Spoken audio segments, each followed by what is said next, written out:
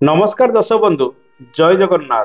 आज एक छोटिया कार्यक्रम आम जानिबा वास्तुरे छाया दोष कौन रही। छाया अर्थ जदि आपण घर करुचंती सेटारे गछर छाई जदि पड़ुची घर उपरे किंबा मंदिरर छाई जदि घर उपरे पड़ुची कौन कौन समस्या गुड़िक रही थाए।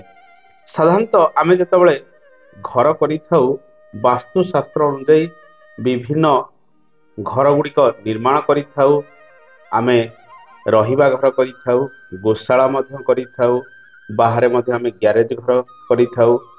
अलगा व्यवसाय प्रतिष्ठान गुड़िक जो सब रही होटेल हो, विभिन्न प्रकार रेस्टोरेंट हो, बड़ बड़ प्रासाद गुड़िक जो सब निर्माण करा जाउची वास्तुशास्त्र को लक्ष्य करी सब निर्माण करा जाए। क्यों दिगरे कौन सब रखिले आम जीवन जापन उपरे यार शुभ प्रभाव पड़िबो ताकू मध्य विचार को निया जाए।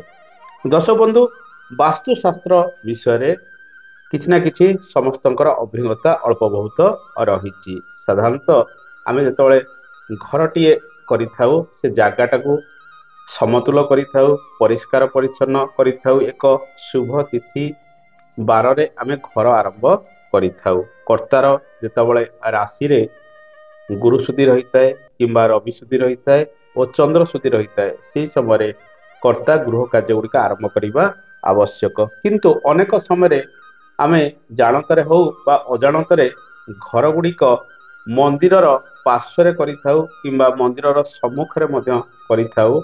से समय आम जान नथाउ किंतु परवर्ती समय धीरे धीरे घरे विभिन्न प्रकार समस्या गुड़िक रही है।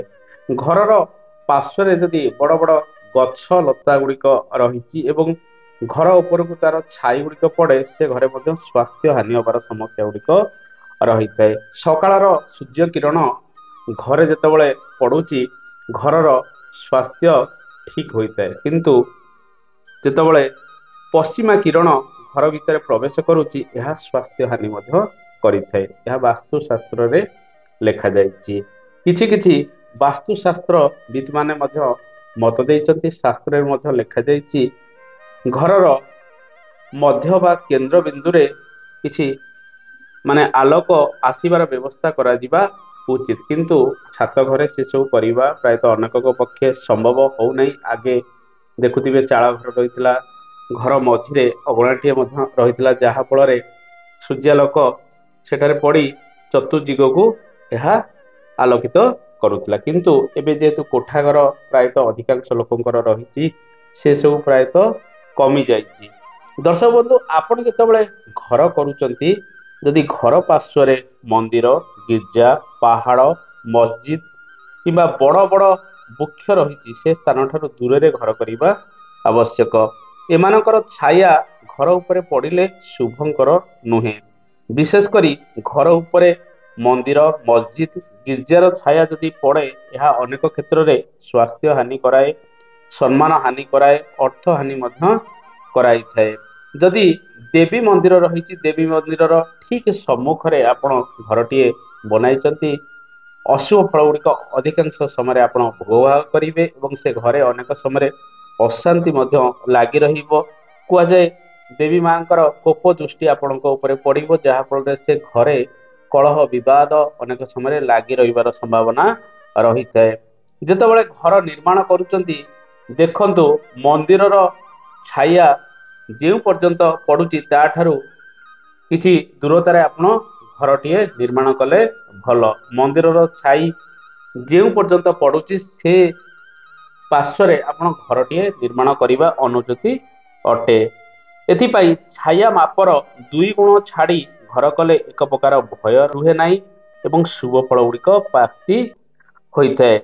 बेले बेले मंदिर सम्मुखें आम जितेबाला घर करिथाउ अनेक समस्या गुड़िक रही है। घरे स्वास्थ्य हानि, अर्थ हानि, सम्मान हानि रही है।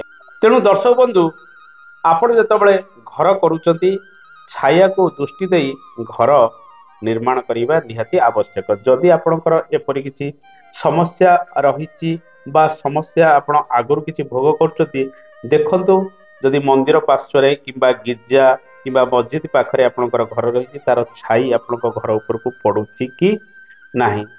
ଯଦି ପଡୁନାହିଁ ତାହେଲେ ଅନ୍ୟାନ୍ୟ କିଛି ସମସ୍ୟା ରହିଛି, ଯଦି ପଡୁଛି ତାହେଲେ ଆପଣ ତାର ପ୍ରତିକାର ଗୁଡିକ କରାଇ ପାରିବେ। ଆଜିର ଏଇ ଛୋଟିଆ ଅଧ୍ୟାୟରେ ଆମେ ବାସ୍ତୁର କିଛି ଛାୟା ବିଷୟରେ ଆଲୋଚନା କଲେ। ଆଶା କରେ ଏଇ ଛୋଟିଆ କାର୍ଯ୍ୟକ୍ରମଟି ଆପଣଙ୍କୁ ଭଲ ଲାଗିଥିବ। ପୁଣି ଆଗାମୀ ଅଧ୍ୟାୟରେ ଆପଣଙ୍କ ସହିତ ଦେଖାହବ। ରହୁଛି, ଜୟ ଜଗନ୍ନାଥ, ଧନ୍ୟବାଦ।